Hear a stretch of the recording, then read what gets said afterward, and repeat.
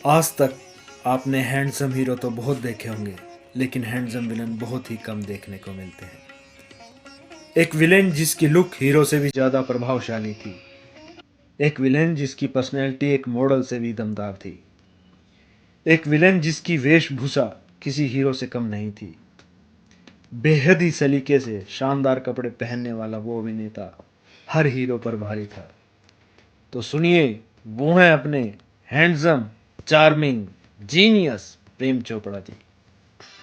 मैं शीतल सोनी आज आपसे प्रेम चोपड़ा जी के जीवन से जुड़े किस्से शेयर करूंगा। प्रेम नाम है मेरा, प्रेम चोपड़ा। मैं वो बला हूं जो शीशे से पत्थर को तोड़ता हूं। प्रेम चोपड़ा ने इन लाइनों को अपने अंदाज से अमर कर दिया। हिंदी सिनेमा में प्रेम चोपड़ा ने उस शहरी विलेन को पर्दे पर रिप्रेजेंट किया जो बन ठन कर रहता था, मगर अपने काले कारनामा से नायक की जिंदगी दूभर कर दिया करता था। प्रेम चोपड़ा की गिनती बॉलीवुड के खुखार विलेंस में होती है।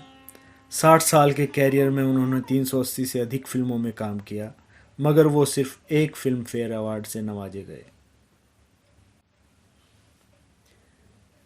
प्रेम के पिता का सपना था कि वो डॉक्टर बने, लेकिन आईएएस ऑफिसर बनना चाहते थे।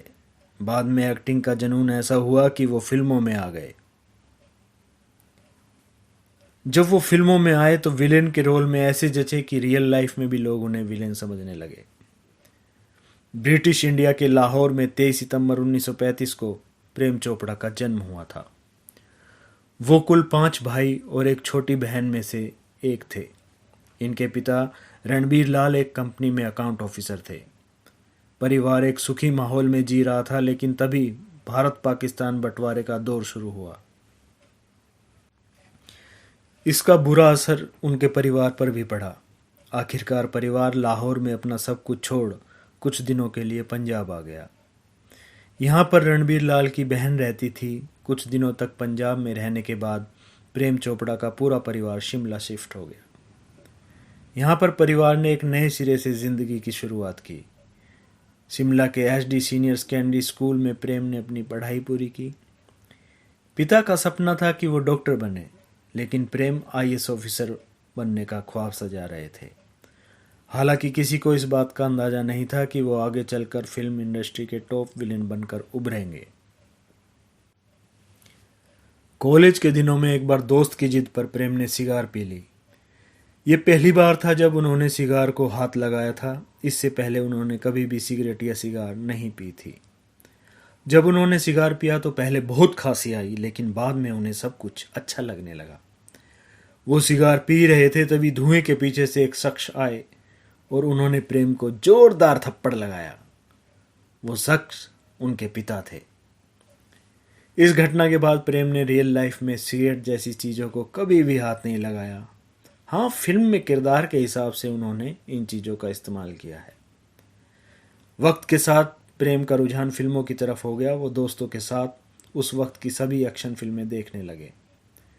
कॉलेज की पढ़ाई वो साइंस साइड से कर रहे थे, लेकिन एक्टिंग का जुनून ऐसा हुआ कि उन्होंने स्ट्रीम बदलकर आर्ट में एडमिशन ले लिया।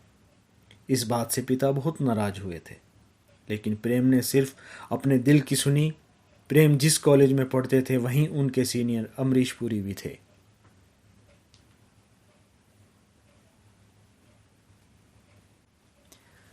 कॉलेज में पढ़ाई के साथ प्रेम नाटक भी किया करते थे। एक बार उनका नाटक परिवार वाले भी देखने गए थे। नाटक की कहानी के अनुसार प्रेम को मरना था।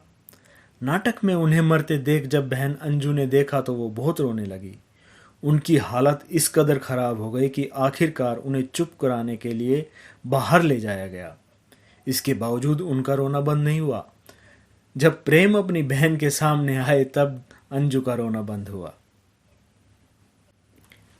प्रेम सिर्फ नाटक तक ही सीमित नहीं रहना चाहते थे। वो मुंबई आकर हिंदी सिनेमा में अपनी किस्मत आजमाना चाहते थे, मगर पिता इस चीज़ के खिलाफ थे। हालांकि इस बार उन्होंने पिता की बात मान ली और डाक विभाग में काम करने लगे, मगर उन्होंने यहाँ सिर्फ कुछ ही दिन काम किया। इसके बाद वो मुंबई चले गए। मुंबई में आने के बाद प्रेम चोपड़ा ने जीविकोपार्जन के लिए एक अखबार में नौकरी कर ली। इस दौरान उन्हें एक पंजाबी फिल्म में हीरो की भूमिका निभाने का मौका मिला।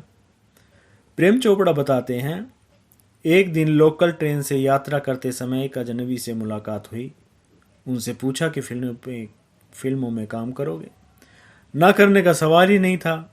उस अजनबी के साथ रंजीत स्टूडियो गया, जहां पर पंजाबी फिल्म चौधरी करनैल सिंह के निर्माता किशन कुमार चलाना नायक की तलाश में थे। यह फिल्म मुझे मिली इत्तेफाक। देखिए, यह फिल्म भारत पाक विभाजन की पृष्ठभूमि पर आधारित एक हिंदू मुस्लिम रोमांटिक प्रेम कहानी थी और यह एक बड़ी हिट साबित हुई। यहाँ पर वो हर रोज सुबह प्रोड्यूसर और डायरेक्टर के ऑफिस के चक्कर लगाते, लेकिन कहीं बात नहीं बनती थी। काफ़ी वक्त बीत गया, पैसे भी सारे खत्म हो गए। थक हार कर उन्होंने एक छोटी सी कंपनी में काम करना शुरू कर दिया। इसके बावजूद उनका मन फिल्मों में लगा रहता था।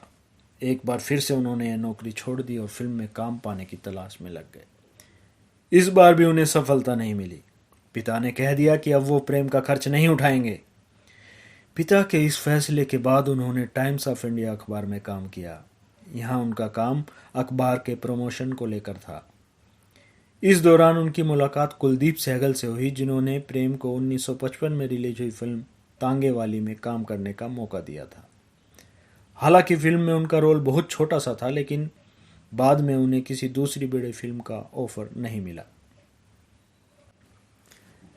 कहते हैं ना, मेहनत रंग जरूर लाती है। आखिर प्रेम को भी एक बड़ी पंजाबी फिल्म में काम करने का मौका मिला। फिल्म का नाम था चौधरी करनैल सिंह।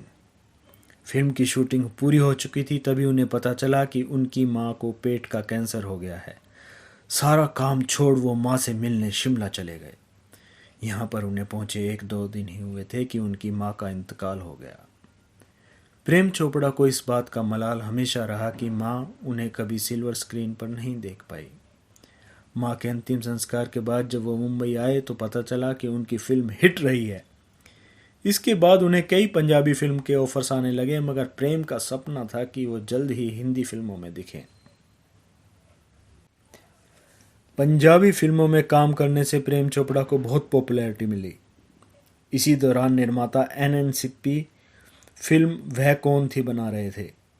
फिल्म के डायरेक्टर राज खोसला थे। इस फिल्म के लिए सिप्पी साहब को एक नए लड़के की तलाश थी। उनकी ये तलाश प्रेम चोपड़ा पर जाकर खत्म हुई। प्रेम के लुक से वो काफ़ी प्रभावित हुए। उन्होंने इस फिल्म में प्रेम को विलेन का रोल ऑफर किया।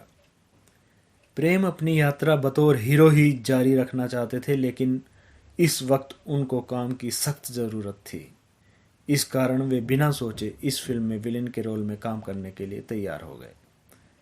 फिल्म में उनके साथ मनोज कुमार और साधना ने काम किया। फिल्म की सफलता के बाद उन्होंने बतौर विलेन ही फिल्मों में काम किया। प्रेम चोपड़ा को सबसे बड़ी सफलता मनोज कुमार की फिल्म उपकार से मिली।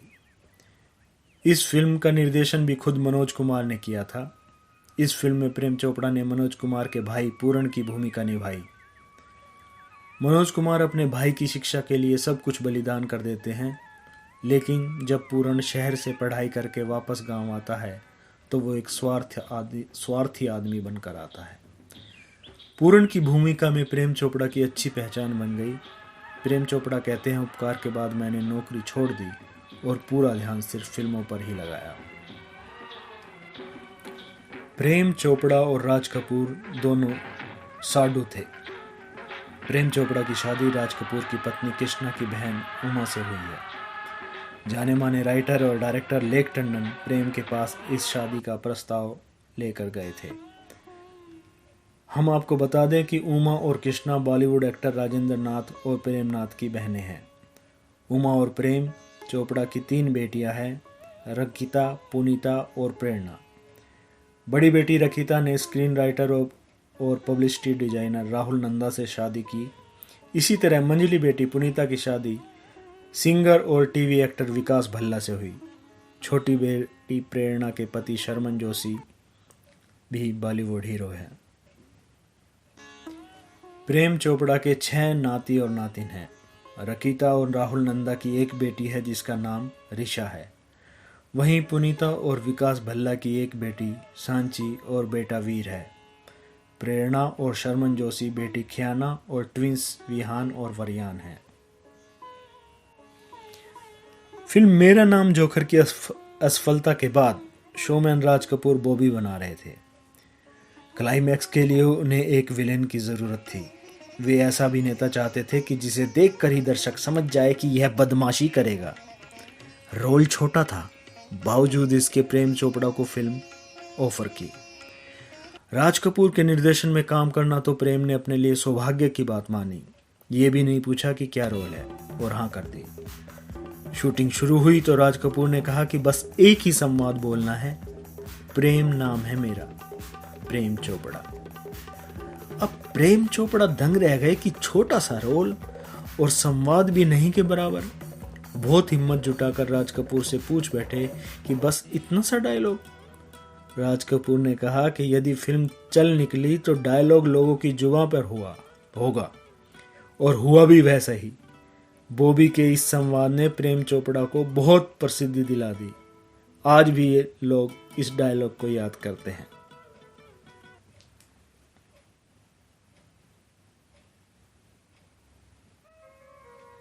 एक बार प्रेम अपनी बेटी को फिल्म के प्रीमियर में ले गए। फिल्म के दौरान पूरे वक्त बेटी ने सिर्फ उन्हें घूर कर देख रही थी, यहाँ तक कि विलेन के रोल में देखने के बाद बेटी ने उनसे बात ही करना बंद कर दिया। बाद में प्रेम ने उन्हें समझाया कि फिल्मों में उनका ये काम है, उन्हें ये करना पड़ता है, रियल लाइफ उनसे बिल्कुल अलग है। काफ़ी समझाने के बाद बेटी ने उनसे बात करना शुरू किया। प्रेम चोपड़ा ने अधिकतर फिल्मों में महिलाओं के साथ सही सलूक नहीं किया है। रियल लाइफ में भी उनकी इस इमेज का असर पड़ा है। उन्होंने एक इंटरव्यू में बताया था कि एक बार वो चंडीगढ़ से पंचकुला गार्डन में अपने पिता से मिलने गए थे।